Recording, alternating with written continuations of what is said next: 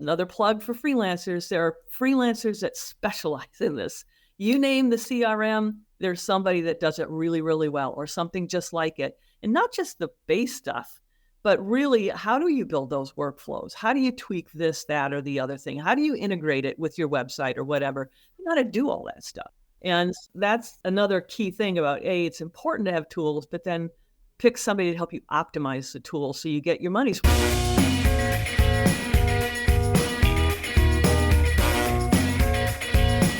Welcome to Life After Corporate, your ultimate guide for making the leap from corporate leader to entrepreneur. I'm Deb Boulanger, entrepreneur, executive leader, and founder of the Launch Lab for Women Entrepreneurs. This is your time to break through the glass ceiling once and for all and get your ticket to the C-suite. Come back each week to get the leading strategies, advice, and tools that will give you the skills and confidence you need to replace your corporate paycheck. Are you ready? Let's go. Welcome back to another episode of Life After Corporate, my friend. And if you're brand new to our show, welcome home. This is where you get straight scoop on what it really takes to launch and scale a profitable, sustainable business as a coach or consultant or service provider. And today we're going to dive into what to do when you can't do it on your own anymore. And just because you can do it doesn't mean you should do it. So close out Canva, close out posting on your own social media feed, and let's dive into a conversation today with Elizabeth Eiss, who is the founder and CEO of Results Resourcing. And today we're going to talk about how to add fractional talent to your team. So welcome to Life After Corporate, Elizabeth Eiss. Oh, I'm so glad to be here. And I've had a life after corporate. So well, do tell. Let's just start there, girlfriend. So full disclosure, Elizabeth is not only a trusted colleague, she is also a very good friend. We are both leaders of the Luminary Entrepreneurs Network. So if you are an entrepreneur looking for a connective community of like-minded sisters who are on this entrepreneurial path, join us at Luminary. And Elizabeth, what is your life after corporate story? Do tell. I don't think we've ever talked about that, or not in a long time. Wow. Well, it's, I think the work journey is a life journey, and it morphs over time as you get older and have new experiences. And I often talk about mine as being kind of like kayaking a river. You just you're going with the flow, but there's eddies, there's boulders, and you're navigating around things. But you tend to track on a course that runs with your flow. And that's kind of how I would describe mine. I had the good fortune to have a long and very successful, rewarding career in corporate. But I felt at some point, I tapped out. And not so much could I have done more potentially, but more what else was there? And I had this opportunity to join a startup. And 22 years ago, I went AWOL and joined a startup, and can't say I even did a good job researching the startup. I mean, I learned a lot of lessons from that too, but I did do that. And, as many startups, it did not succeed for a wide variety of factors. But along the way, I fell in love with entrepreneurship, frankly. And I started to, I wasn't going to go back to corporate. There's no going back. Once you take there really isn't. Once you have a taste of that freedom and you start to realize that yes, you can earn a living not being employed by a large corporation.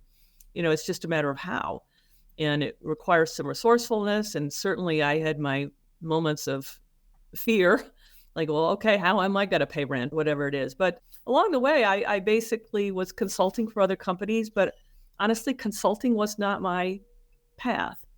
And interestingly enough, I was hiring freelancers to help me round me out. I had really broad operational background, but maybe I didn't have industry expertise or some new tool or whatever it was. And I would find freelancers that would round me out in my projects.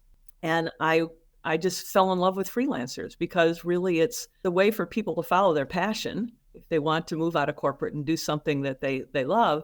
But it's also running a business, and finding the good ones is challenging. And so I was a power user of a lot of the big platforms But what I recognized really early on was that not everyone could use them well because they didn't have my corporate background. And so my clients started to say, all that Deb on your team is fabulous. Can you find us a Deb? And that's really how it started. And I basically was going on those platforms looking for people. And then I decided, well, I think I could do this better. And I basically naively at the time decided I would build Results Resourcing, which is a fully automated talent platform focused on matching business owners with vetted virtual freelancers. And a lot of humbling experiences along the way, but that's really how it started. That glimpse of an idea, an opportunity that what the most platforms don't offer is the ability to interact with a human. You're talking to technology, and that doesn't help people that are looking for advice and counsel about who to hire, how to hire. And that's really kind of how it all started. I love this story so much. First of all, because of the organic nature of the evolution of your focus from consultant to owning results resourcing. And that was that you were connecting the dots and kind of following the breadcrumbs of clients were saying, oh, you've hired this person. That's a great person. How do I get one of those? And then the light bulb goes on. This is like how it happens, guys. Yeah. So you think like you're doing one thing and you're launching this business, but then along the way, through the interactions with the people that you're working with, you uncover a new need in the market. And what I love about your offering, Elizabeth, is that it's unique. It's not like going on to some of the talent platforms like Fiverr or Upwork or 99 Designs for designers and some of the others, but it really does fill that gap. So that's number two. You filled the gap in the market. There was something missing, that human connection, that you could have a talented recruiter who is vetting the resources for you and then providing you with talent.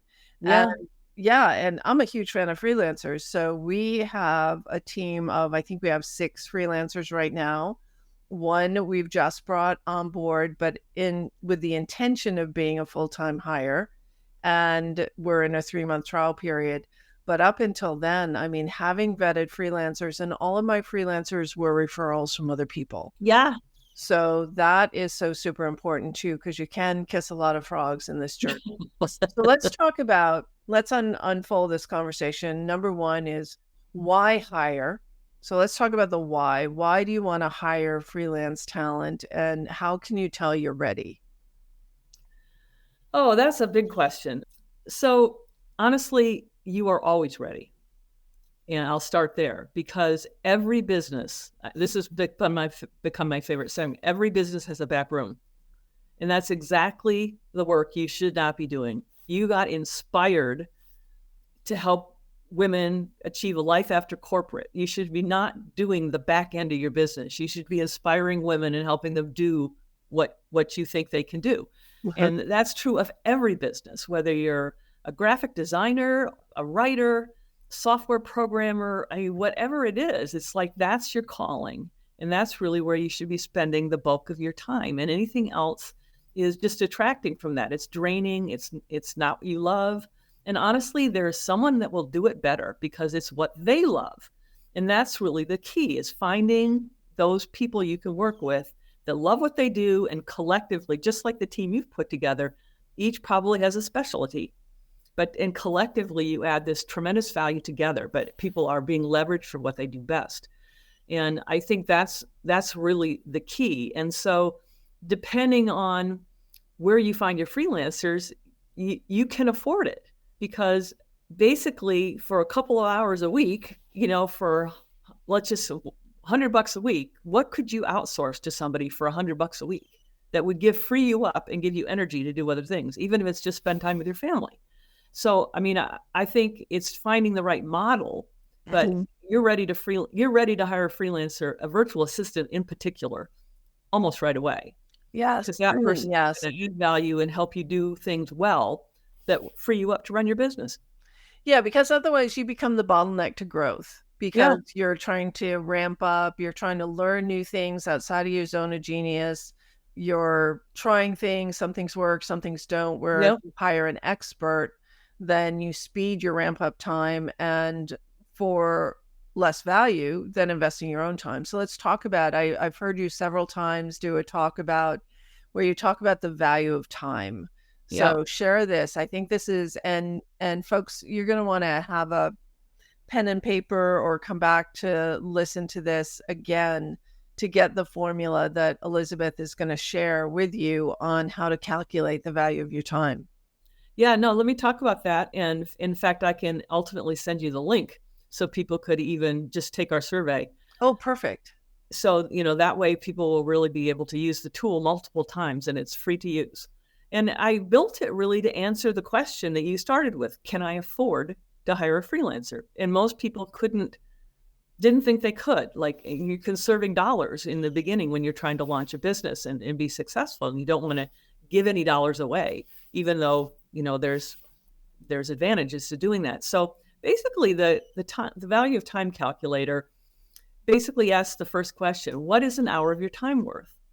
And the short answer is no one ever says $10. I mean, of all the people that have ever taken our survey, the average is $166. And so it starts with that. And then the next really key question is so what's your value proposition? What value do you deliver to your clients in the market? Because you got to zero in on that core thing that only you can do. And so people will say whatever it is. And I don't really need to know that, other than it frames the thought process. And then the question is, well, how many hours a week do you work? And they put a number in.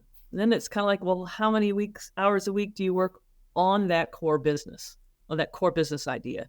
So you start to zero in on the value of somebody's time, which average 166, and then how many hours of, I mean, it's frankly 60 to 70 hours is the average. And honestly, only 43% of those hours are spent on the core business proposition. So then it starts to, through a survey process, that you just answer questions like, well, roughly how many hours do you spend writing content, posting social media, doing invoices, client follow-up or whatever? Main buckets, including recruiting. That is another one that's, other people can do better for you. And you kind of get an idea of how much time, you're spending in other areas. And then you multiply it against the same hourly rate, $166. Doesn't matter whether you're invoicing or delivering value. It's costing the same because you only have X number of hours in a day. And so then you really do the math, and the survey helps you do that. It says all these hours you're spending on the non-core stuff, the backroom stuff, that's prime stuff for outsourcing to freelancers, and it will be less expensive than $166. And that's your opportunity cost, really.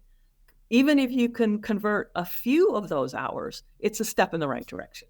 Right. And you start to build habits around delegating and focusing more and more of your time on delivering value and spending time with clients that bring you more value, more clients. 100%. And especially when you first get started, like 80% of your activities should be focused on revenue generating activities. So, I mean, the first thing to hire out is like bookkeeping and a virtual assistant, a virtual assistant to help you with, or a bookkeeper to help you with the billing, to help you with back office operations, managing your email list, onboarding clients, maintaining the tech stack behind your business, because everyone needs technology. Yeah. You can't run and grow a business on an Excel spreadsheet. So that's why you need to hire capable talent who are experienced with the tools of the trade so that they can help you grow faster. And it is for such a relatively small amount of money.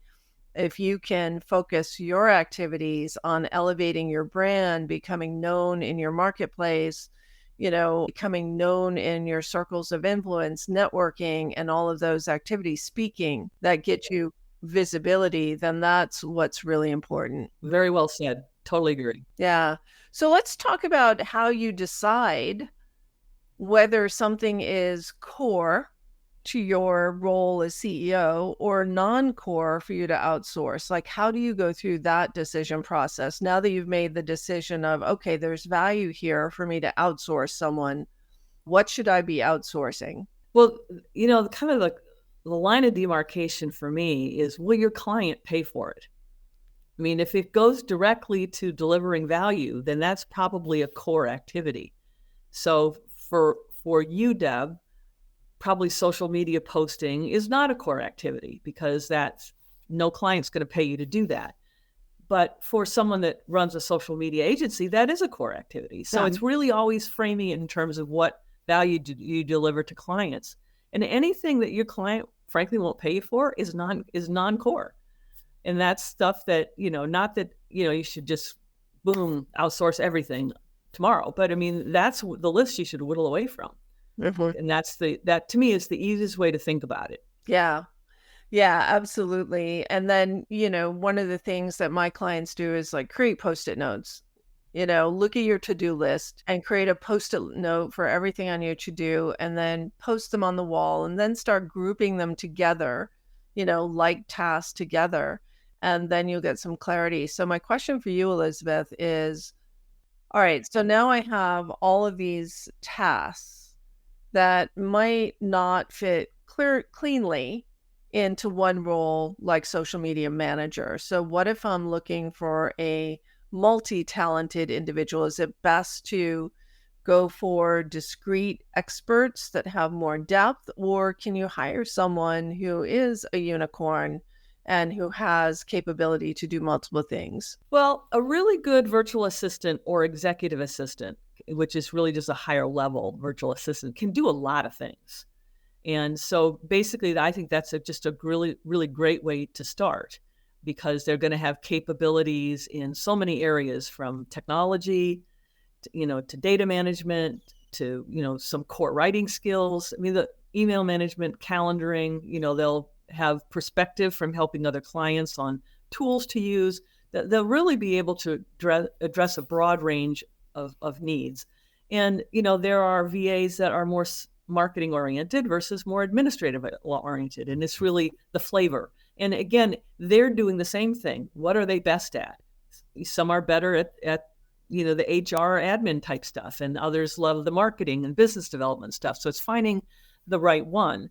And I will say, however well-intentioned your friend is saying, hey, here's a VA you should consider, they don't know your business, and they don't know how skilled that VA is. So, that's a run to trust. You trust your friend, but that doesn't necessarily mean your friend's recommendation is the right one. And it's not necessarily going to save you time by hiring your friend's recommendation, because it may not be the right fit. So it is more of a process to really find the right fit. I will say that I've kind of made a shift in my business because of this exact same question. Initially, I would focus solely on individual freelancers, and those were the matches that I would make to the business owners. But I found that, especially when a business owner is young in a business, that they don't always know in advance all the things they're going to need. They have some immediate needs, that things are on fire they need to have handled. And hiring a freelancer that can address those needs may not be the long-term freelancer. And then you're back to hiring another person. And that's frustrating to business owners. So I've tended to gravitate to making matches to VA companies. Oh, interesting. We have a whole set of preferred VA providers at different levels, and they each have teams, just like the team you have. I mean, one has 12 people. And on that 12-person team, some are contractors, some are employees. There are people that are certified bookkeepers, in QuickBooks or whatever, because, you're handing over your books to somebody, you better hand it over to somebody that knows what they're doing. Mm-hmm. Somebody that writes blogs, someone that's graphic design or Excel spreadsheet or ChatGPT. I mean, there's so many skills. And rather than trying to find the unicorn, which you're not going to find the unicorn because they're unicorns, or they're certainly not going to be affordable, for sure. So if you hire a team, then they can provide a much broader range of duties, and they can grow with you. And if you suddenly you start with, say, 2 hours a week, suddenly you need 10 hours a week, they can expand with you. Because if you're talking about an individual freelancer, there's a limit to what they can do skill-wise, and there's a limit to how many hours they can work. And if they have more than one, say 5, 6, 7 clients, then that's automatically going to put a damper on how much time they're going to have to expand as a business owner's needs are. So for all those reasons, I've gravitated, frankly, to matching people with VA teams that I trust and can count on, that can frankly be up and running for somebody in 24 to 48 hours. That's great. That's a great twist to it, because you do want a team that can grow with you as you grow, and that's important. So you and I frequently do a talk, and I cover product and pricing and the promotional aspect of growing a business. And you talk about process, tools, and people. And so would love to talk about your philosophy of scaling. And, when we're talking about scaling to seven figures, when you're in the early stages. So let's get clear on the terminology. When you're 0 to 500K, say, you're in the growth phase of your business. You're putting in your initial systems and processes. And what you do at this phase is vitally important to your ability to scale later, right? Yeah. So you cannot build a house on a shaky foundation, right? Just the architecture won't work. And the same is true of your business. You need that solid foundation in order to scale. So let's talk about what processes they need in place, what they need to consider for tools, and as well as how you integrate the people piece of it as well.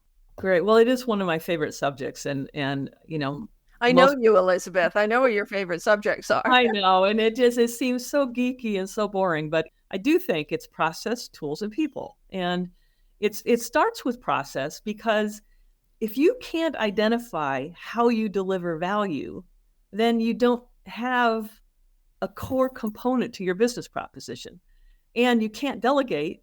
I mean, and frankly, you probably can't explain your message very well to your client, because you aren't thinking about what's unique and the system that you apply, the method you apply, that's repeatable. So there's consistency. So I think there's a lot to building process. And as I say in a lot of the talks, it's a business asset. If you don't have things documented, then you're missing an opportunity to build a business asset that can be capitalized as you go forward. Because as you get bigger, you need to have process.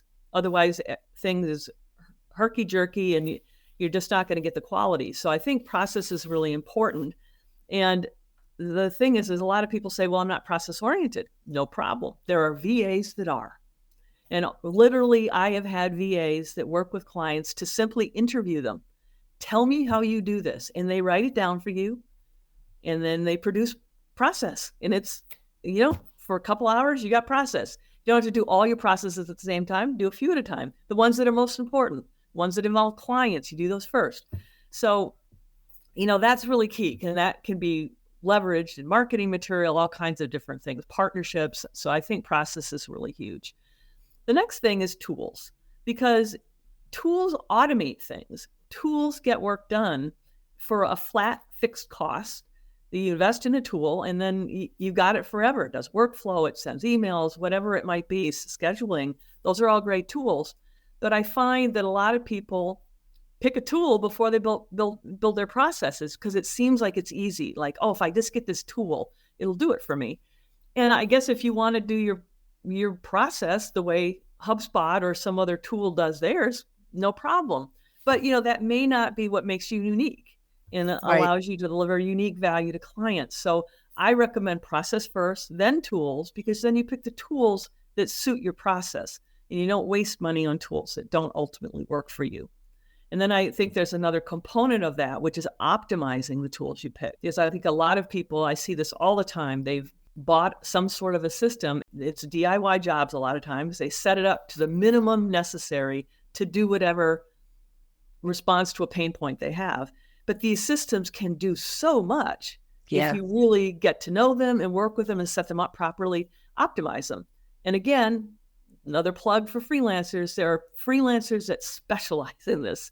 You name the CRM, there's somebody that does it really, really well, or something just like it. And not just the base stuff, but really, how do you build those workflows? How do you tweak this, that, or the other thing? How do you integrate it with your website or whatever? You got to do all that stuff. Yeah. And that's another key thing about, it's important to have tools, but then pick somebody to help you optimize the tool so you get your money's worth. Absolutely. And new tools are coming onto the market all the time. And there are some really fabulous all-in-one tools. And so I know we don't usually tool drop here, but Funnel Breezy, which is based on High Level, which gohighlevel.com is one of the most comprehensive and current that a lot of solopreneurs are gravitating to right now. It's got course capabilities, integrate your website, and if you want, we'll drop our link to Funnel Breezy in the show notes as well. But just tracking your leads. I mean, this is one of the number one things that solopreneurs don't do. And you've got a leaky lead bucket. You're leaving money on the table because you don't have a process for moving these people through your pipeline or through your funnel. So many things. I mean, we're now documenting. There's nothing like bringing on someone to your team to force you to document how you do things. Yep. And so I love this idea of hiring a freelancer to do all that documentation, not just writing it out. I mean, sometimes they can do Loom videos too, especially when it comes to like using the tools, leveraging the tools in your portfolio. Yep. So that's great. So process, then tools. And then the final thing is people. And I know I've mentioned, people to help with these different stages, but again, the default mechanism is, oh, I'm going to hire somebody to do that.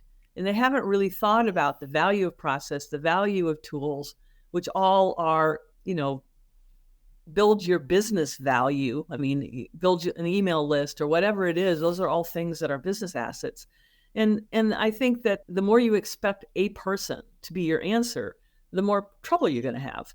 So if you've built your process, you've got your tools, it will help you make the right decision about the people you hired, a broad virtual assistant or something like that, to help you execute. And frankly, having process and having tools makes it less expensive, because the most expensive talent is human talent. Mm-hmm. So use the human talent where the brain power matters, not in doing the stuff that building a process so things are consistent, or buying a tool that, automates things or houses your data. That's why people's last. It's first in a sense, but it's like, use people for what they're great at. Don't spend a lot of money for things that tools or process could do. And I think that's where some people go wrong when they think, oh, I can't afford it. It's because they don't have these other things. And so it goes back to, you can afford a freelancer to help you build your process. That may not be the freelancer you want to work with long term. Same with the tools, but it could be. And, especially if you work with a team, they may have all of those skills that you need. So that's why I'm so adamant about that order. And to me, it flows. Yeah.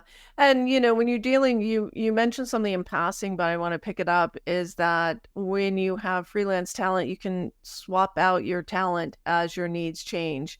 It's much harder and much more expensive when you have a full-time employee on your payroll. So there's a lot more heartache. There's also, you're paying for taxes and other benefits when you have someone who's on the payroll.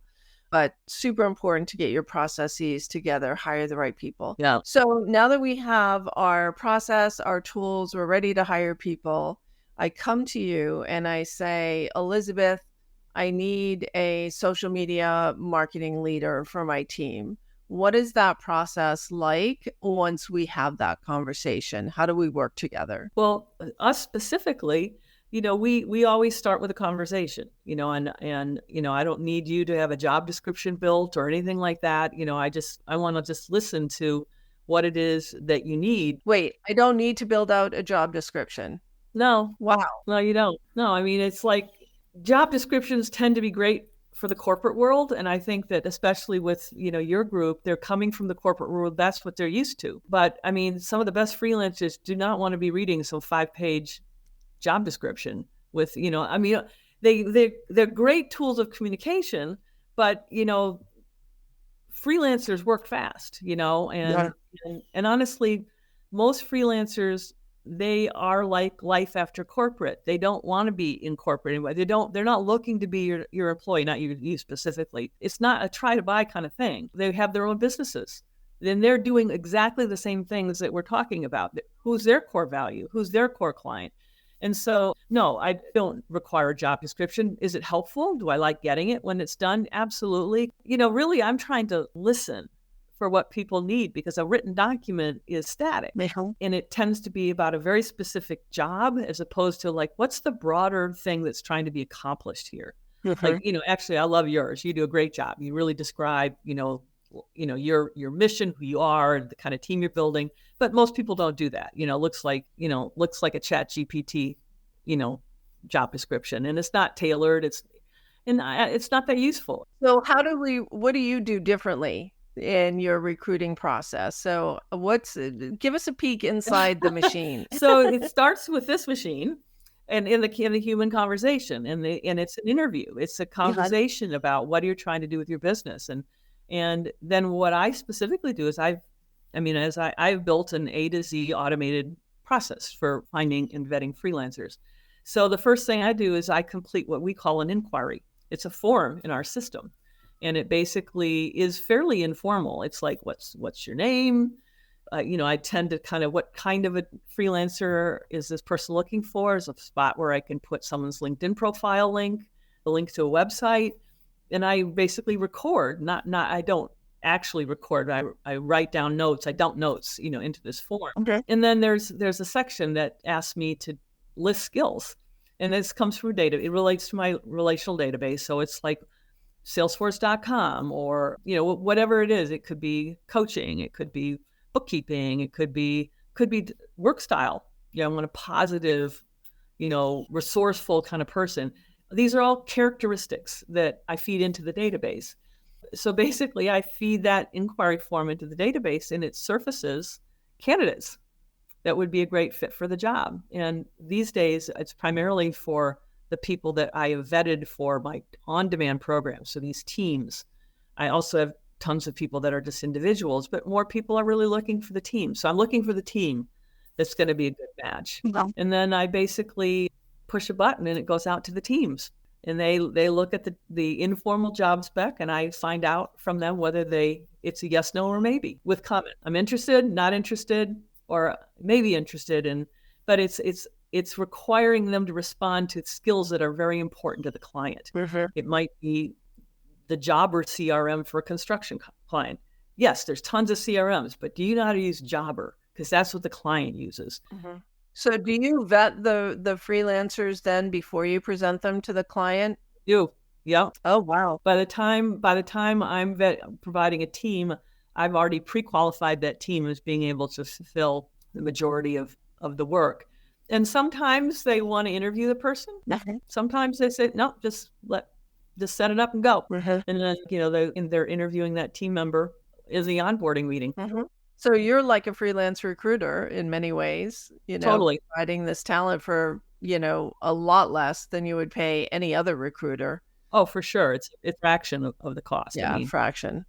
So you mentioned the value of time calculator. So we want to put that in the show notes. You can just go to our website, because in the tab Insights, it has free resources, and you can go there. And our website is resultsresourcing.net. Resultsresourcing.net is the website. Go to the tab that says Insights, and then you can download the value of time calculator. Yeah. And what if someone was listening to this and they know what they need to outsource? How do they get in touch with you? Just go to the website. Yep. There's a button for a free consult. Push the button, and it'll set up a meeting with me, and we start there. Elizabeth, I'm so glad you came on the show, because we don't talk about this enough. I always talk about strategies, tactics, what to do. We rarely talk about who should be doing this on your team. And I think this was such a valuable conversation, knowing what to outsource, how to find the right freelancer, and how do you prepare for bringing a freelancer on board. Because if you have your processes and tools in place already,